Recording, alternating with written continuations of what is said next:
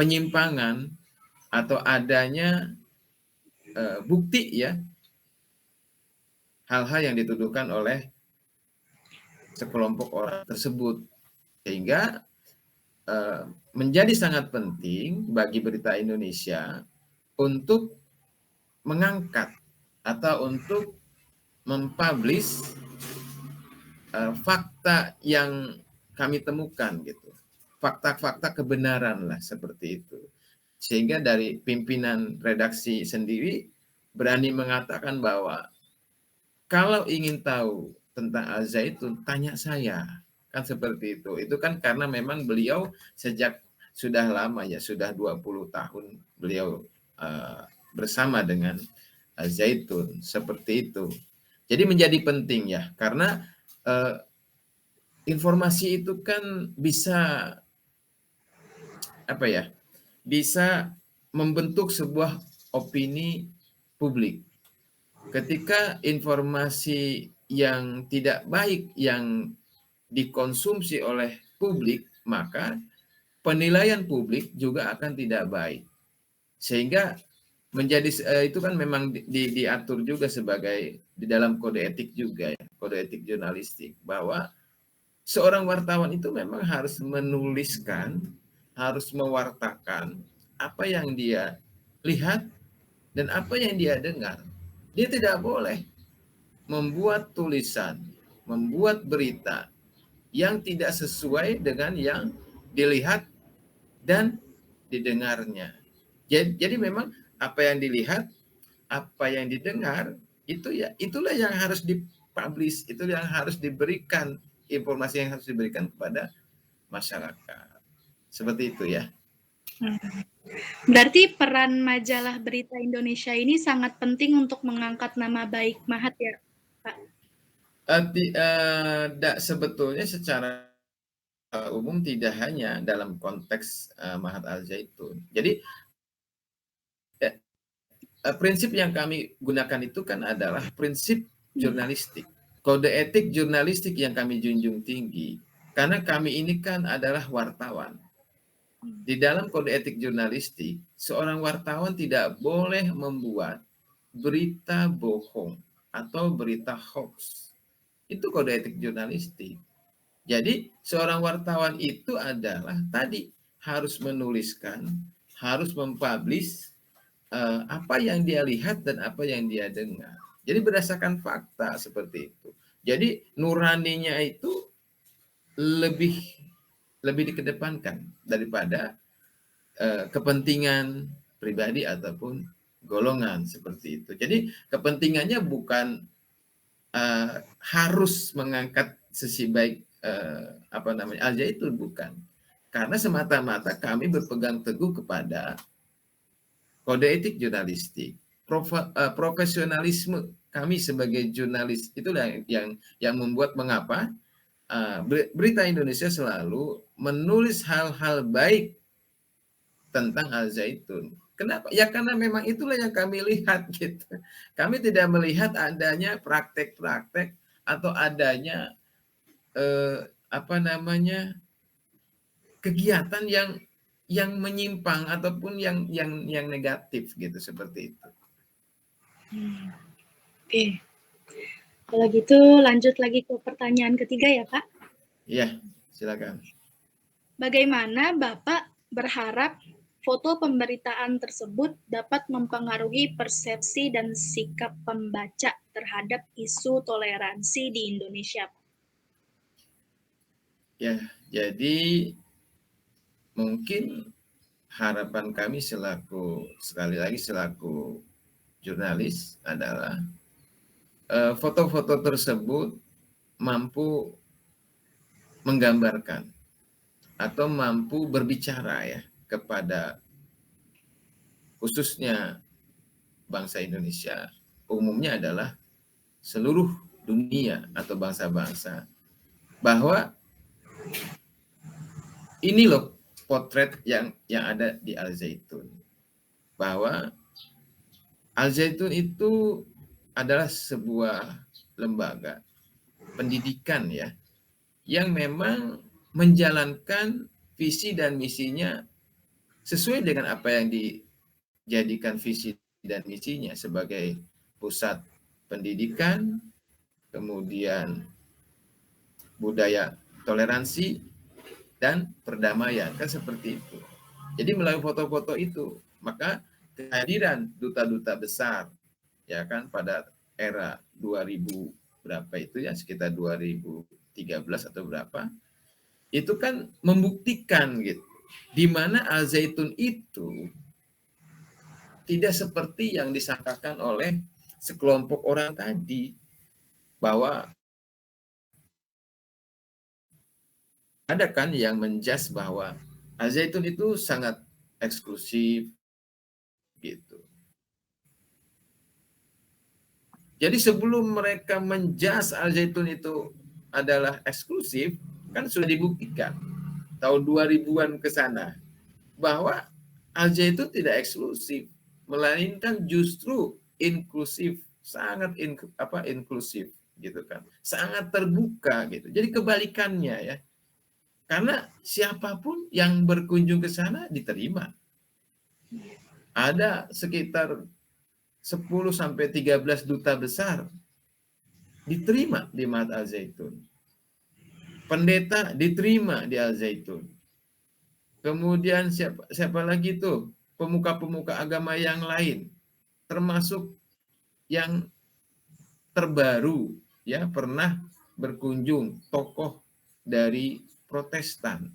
Itu kan pernah datang dari Amerika ke Al Zaitun. Di mana bukti bahwa Al Zaitun itu sebagai lembaga pendidikan yang eksklusif. Itu di mana gitu? Kan tidak ada. Maka dengan foto-foto tersebut, harapan kami selaku, tentunya sekali lagi selaku jurnalis adalah itu disebar sebanyak-banyaknya, di-share sebanyak-banyaknya untuk menginformasikan hal-hal yang benar, untuk menginformasikan bahwa Al Zaitun itu tidak eksklusif. Ini buktinya, ini dokumentasinya, di mana Al Zaitun itu menerima tamu dari berbagai kalangan.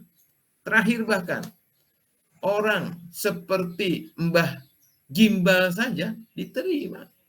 Bagaimana bisa mengatakan Al Zaitun adalah eksklusif, sementara Mbah Gimbal saja gitu kan diterima di sana. Tetapi tentunya dengan satu catatan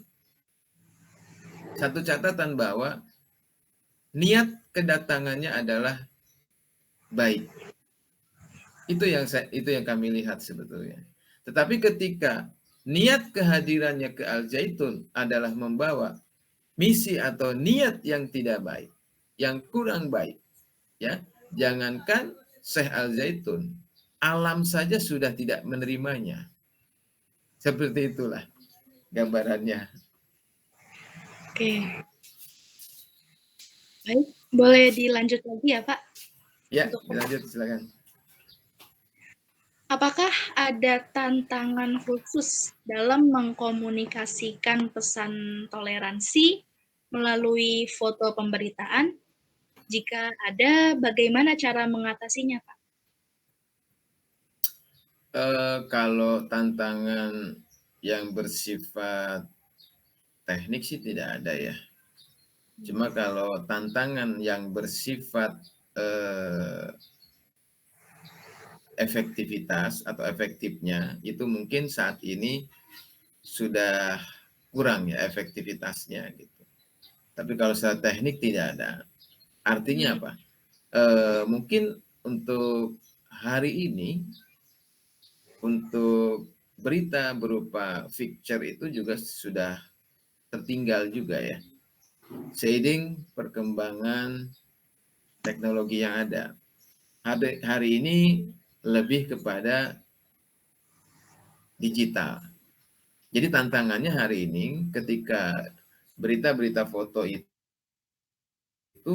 mungkin sudah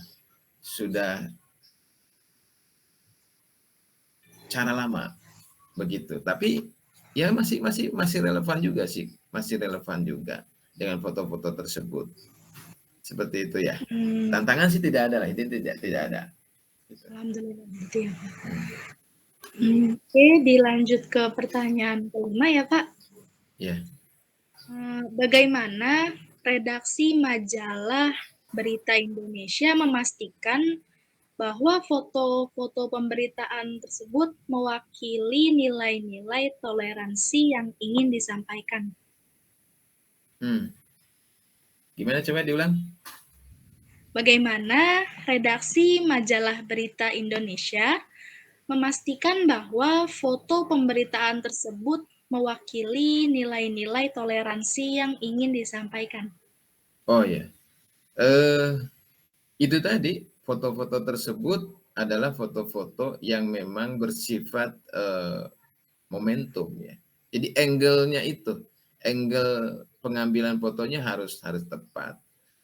Misalnya sebagai contoh gini, ketika tamu datang, kita harus ambil fotonya mereka.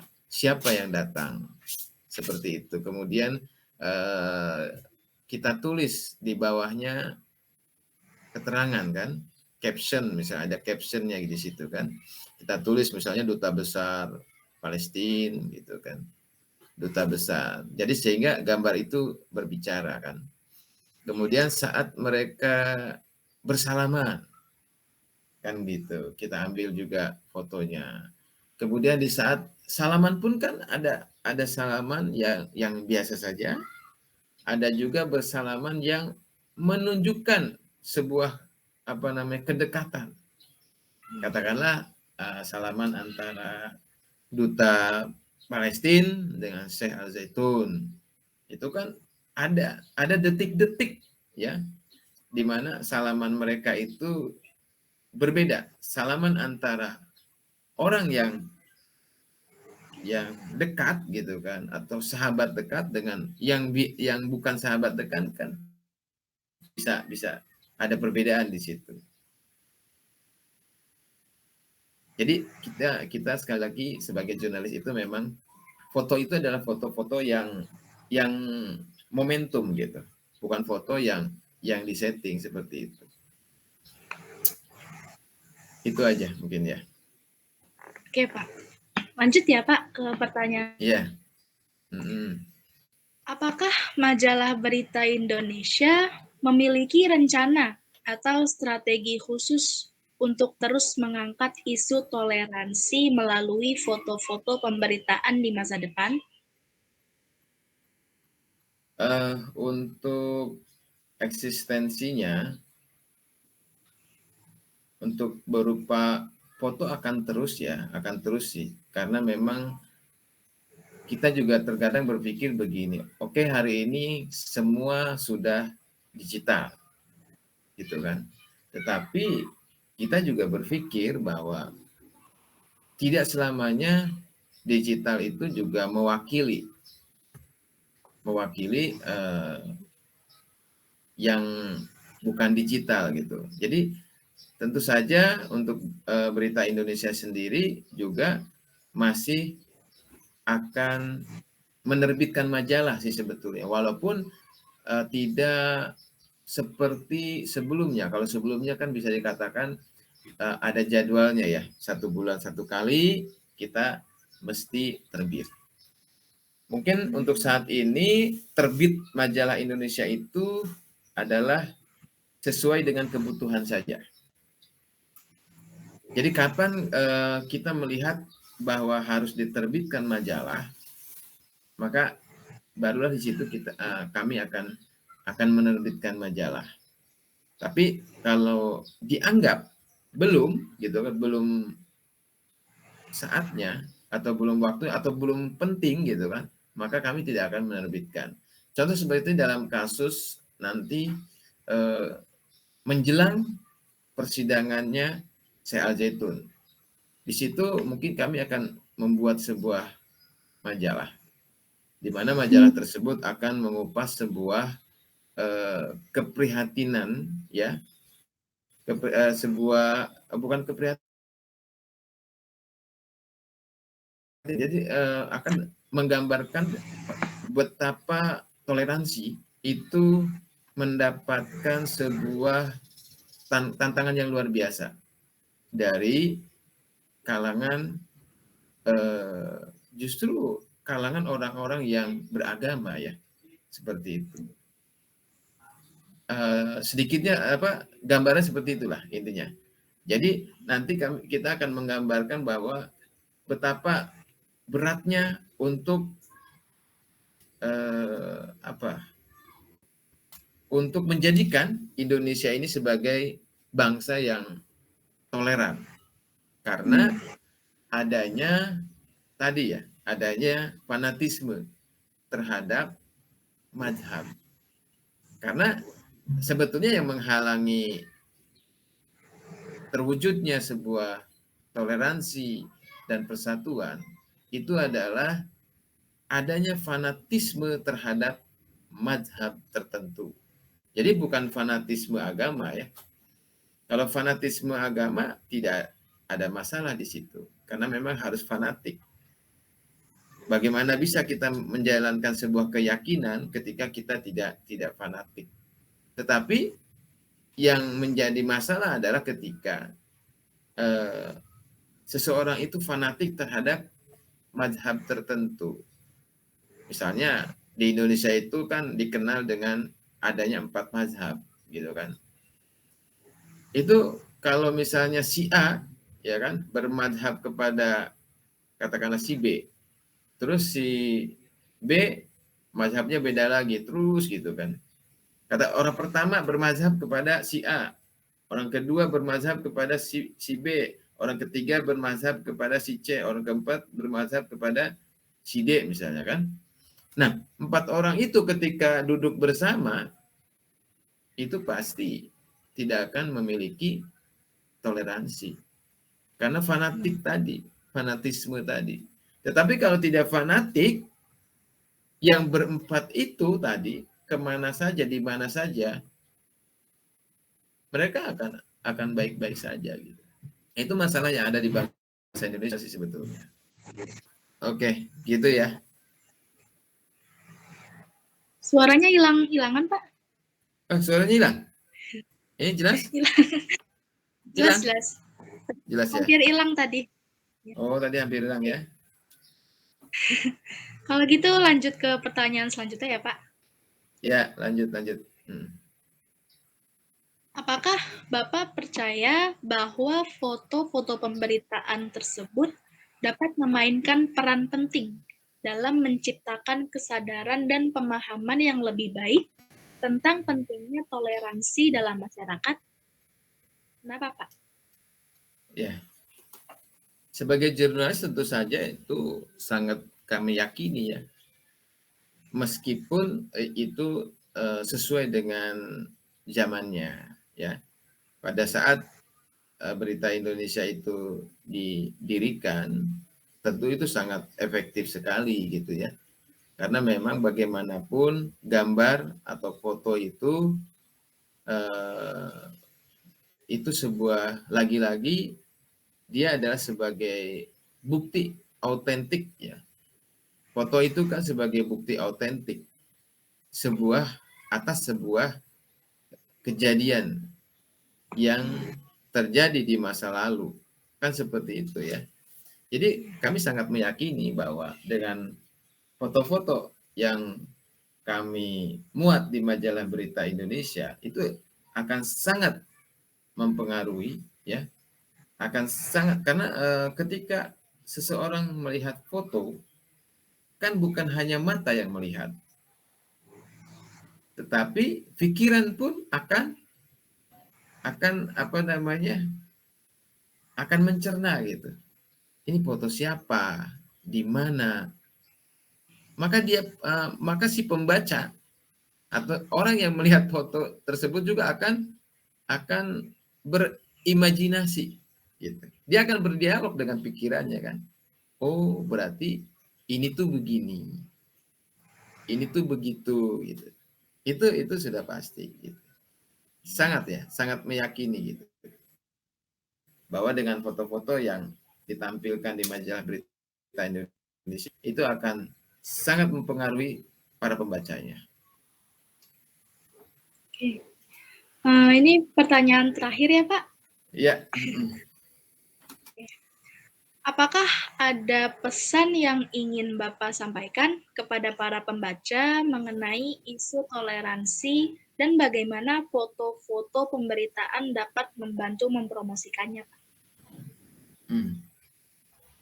Eh, pesannya untuk seluruh rakyat Indonesia ataupun para pembaca berita Indonesia ataupun saat ini adalah tokoh Indonesia, tentu saja ya bahwa apa yang kami tuliskan di dalam berita Indonesia ataupun tokoh Indonesia hari ini masih satu perusahaan ya, berita Indonesia dengan tokoh Indonesia. Itu adalah tulisan-tulisan kami sebagai jurnalis yang kami tulis betul-betul berdasarkan apa yang kami lihat dan apa yang kami dengar, apa yang kami saksikan di Al Zaitun.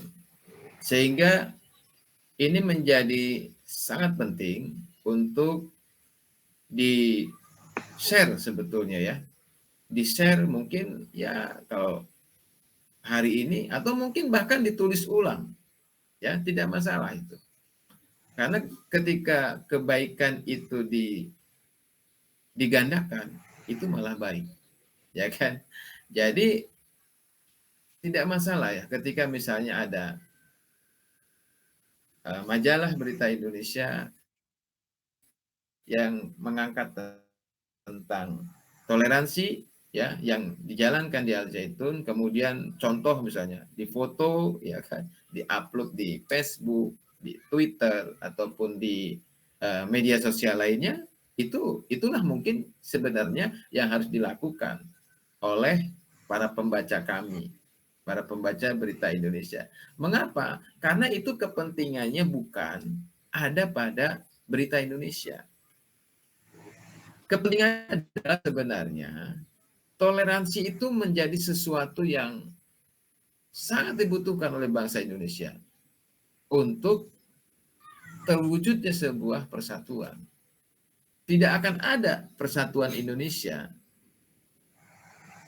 ketika tidak ada toleransi dari ya setiap individu bangsa Indonesia sebetulnya. Kan seperti itu ya.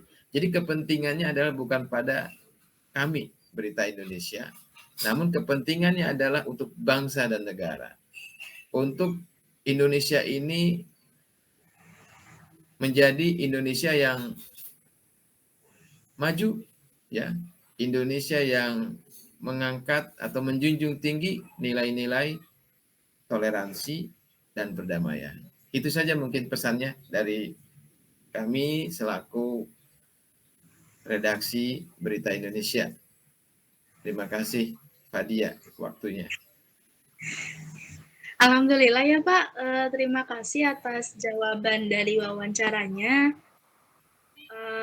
Sudah telah selesai wawancara ini dan saya sangat berterima kasih kepada Bapak Rukmana Fadli karena telah membantu penelitian saya dan semoga aja penelitian ini dapat mengangkat nama baik Mahat juga ya Pak, karena saya sangat inginkan adanya perubahan pandangan dari masyarakat terkait tentang masalah-masalah yang hari ini lagi kurang mendapat yang baik dari masyarakat. Ya, sama-sama Fadia. Kalau boleh tahu Pak, Bapak ada kontak dari Pak Robin Pak? Ada. Nanti saya kasih ya. Boleh Pak, nanti saya mau wawancara beliau juga soalnya. Iya. Nanti saya kasih ya Fadia ya.